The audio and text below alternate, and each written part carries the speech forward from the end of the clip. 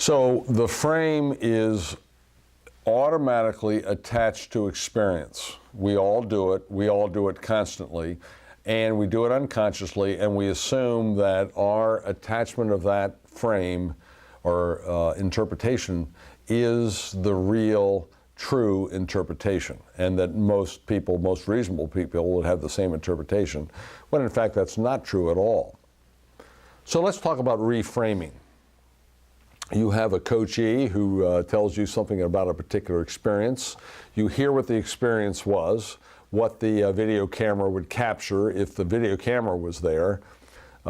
This vestry member said this to me. Okay, if video camera was there, you would be able to capture that. The vestry member is saying that to them.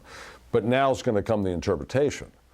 That vestry member is nothing but a big blowhard, and he's constantly interrupting and constantly trying to tell me my business, and he doesn't know anything about ministry, and blah, blah, blah, blah, blah, blah, blah. Okay, so now you've got what happened. The vestry member said this. That's what the video camera would capture, and now you have the person's frame. Reframing is the ability to put a different frame around a situation. Okay, that's what reframing is.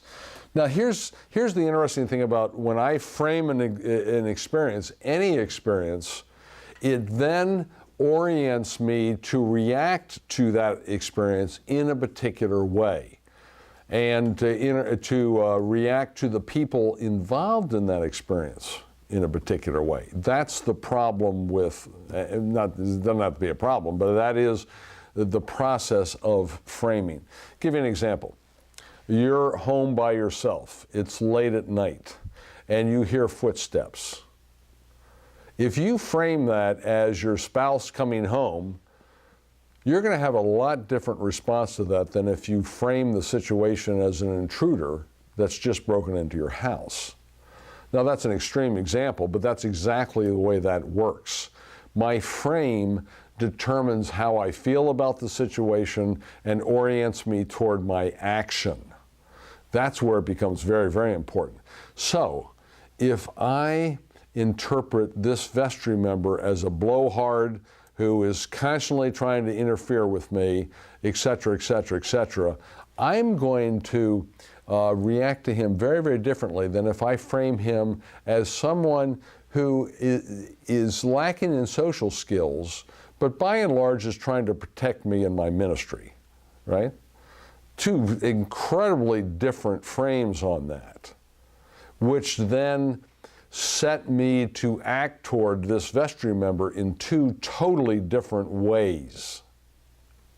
That's the power of reframing then. When I hear that a person is framing a situation in a particular way, and that frame is probably leading them in a particular direction that is not useful to them in their ministry, I then begin to think, is there a reasonable, different way of framing this situation?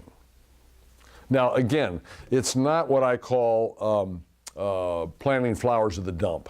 That's not what we're talking about. We're not calling bad things good, or the vestry member who really is up to no good and saying he really is good. I'm not saying that, but I am saying that I am constantly listening to what people are telling me about the situations they inhabit and trying to find out if in fact there may be a whole different way of understanding it.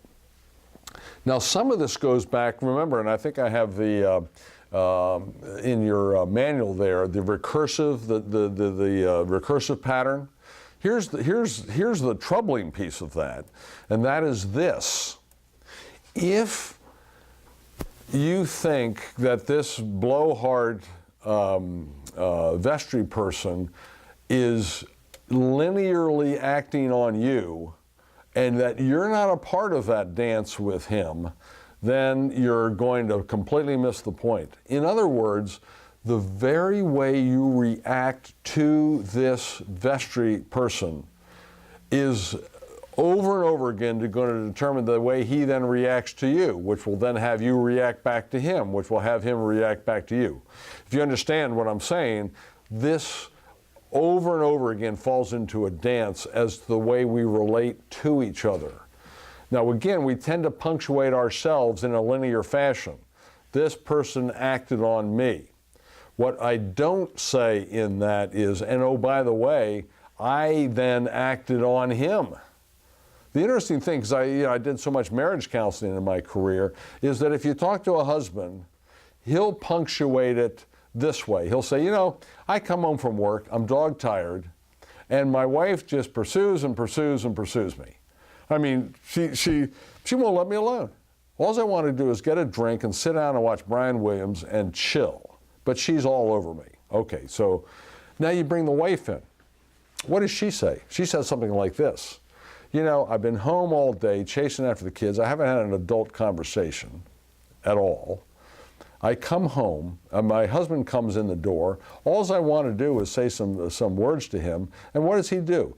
He withdraws. I see him withdraw, withdraw, withdraw. I mean, I can't get a reasonable comment out of the guy. What either of these people aren't seeing is how they are helping to construct the situation. That as he withdraws, it makes her come on stronger, which makes him withdraw faster, which makes her come on stronger. And it's a dance, a recursive pattern, again, that develops between the two of them. So we do that a lot as we frame things. We see ourselves in a linear way that I am the victim of you acting on me. It's all your fault, in other words. And if you'd clean up your act, then I'd be able to get this vestry going, or my ministry going better, or my marriage going better, or blah, blah, blah, blah, blah. Whatever you need to get going better, it would get going better if you would clean up your act. The problem with it is you are not taking into consideration your own participation in that dance. You're a participant, in other words. You're not just an innocent bystander. Now, what I just did for you, by the way, just then, was reframe a situation, is what I did. I reframed it from a linear consideration to a recursive situation. From you being acted upon to you being one of the principal actors in a drama that's unfolding. That's the way a reframe works. It gives you a different understanding of the situation, and hopefully what it does then is give you a way forward. It's an alternative view, but it's got to give you a way forward. It also, by the way, has to be valid. A reframe cannot, if it's invalid, people will reject it. As being stupid, or again, planting flowers at the dump is what I like to call it, trying to make good things or bad things smell good. That's not reframing. The reframe has got to be valid. And when it is, a person will make sense of it and then begin to reorient their thinking, which then will begin to reorient their behavior. So, let's say I'm working with a wife, who pursues her husband, and I say to her, listen, I think the two of you are in a nasty little dance here, so here's what I want you to do when your husband comes home tonight. Here's what I want you to say to him. Honey, I know you've had a long day, as have I, and I know you want a minute or two to catch your breath, and I really want to talk to you. So can we come to some agreement that you can have your drink and take a minute to catch your breath, but could we have a real good back and forth after Brian Williams is finished? Now that would be a different way forward then. Instead of her just nagging him and him diving under every piece of furniture he could find to get away from her, which just both of them constantly increasing the game without end, as we call that, by the way. I mean, that won't resolve unless one or the other of them figures out some other behavior to do. I mean, that's what Alcoholics Anonymous call it, as you know. That's mental illness, doing the same thing over and over again, expecting different results. The wife continues to pursue her husband, expecting him to respond to that. He withdraws, expecting her to respond to that differently. Well, neither of them respond to it differently. They both are energized and activated by that behavior. So that's where a reframe and showing them a different way forward gives them a whole different alternative as to how can we handle this situation differently. And that's what you will find then the way reframing works. So what's important to remember again is that we have experiences that can be captured, and we also have interpretations or frames of those experiences. The frames of those experiences are the very things that get us into trouble, because as we frame things over and over again in a similar way, often we become mired down in those circumstances with no apparent way forward.